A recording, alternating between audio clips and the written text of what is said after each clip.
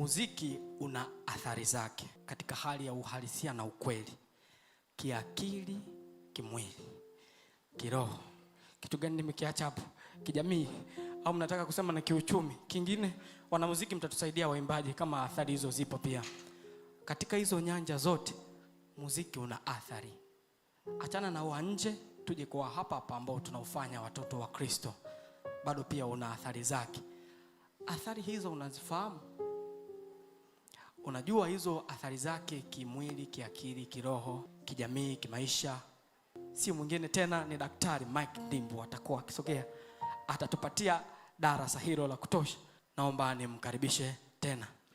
Nitakuwa na presentation fupi kwa sababu ya muda, na nimebarikiwa siku ya leo nikiona sura za wadogo zangu. Sam, Mungu akubariki, lakini wengine msipate wivu. Wote akina the rhythm wote nabarikiwa. Kwa kweli nahisi naongea na watu wa nyumbani. Bwana Yesu asifiwe.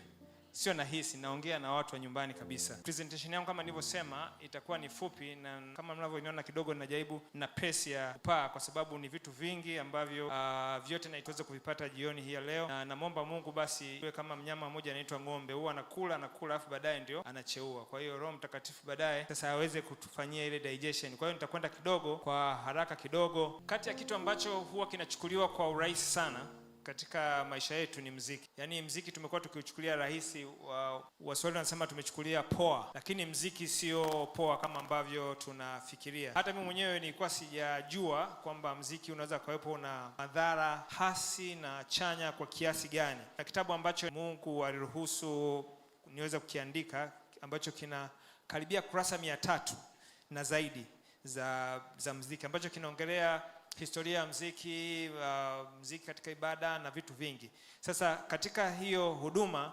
sikutegemea kwamba muziki unaweza ukawepo una nguvu kubwa kiasi hicho.